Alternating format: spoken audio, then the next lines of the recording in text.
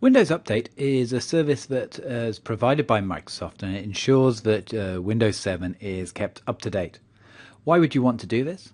Well, often they bring out a little bit of extra functionality, but also they add security updates which are critical to ensure that you reduce your vulnerability to various malware. So let's have a look at that, shall we? So into my control panel, so the Windows orb, then control panel.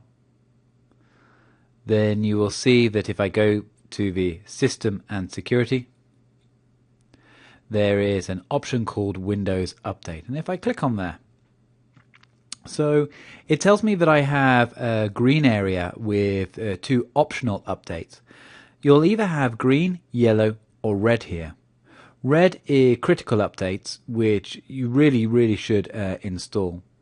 Yellow are recommended, and again, you can optionally choose which ones you think you should and shouldn't install, but as a general rule of thumb, I do always put all of those yellow updates in as well. And then the green updates are completely optional, and often they're third-party updates. For example, if you have a printer installed and there is a driver there, they might be just an update specifically to that driver, so not necessarily Windows specific, but more to do with a third-party application. Some of the settings that you can do with Windows is you can get it to automatically check for updates, and you can see that mine automatically checked yesterday at 2:28. You can also look at the update history and see what has been updated in the past.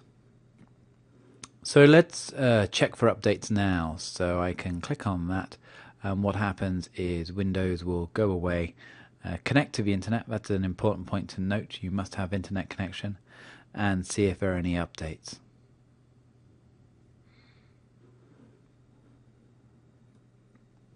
And Windows has come back to tell me that there are no important updates available.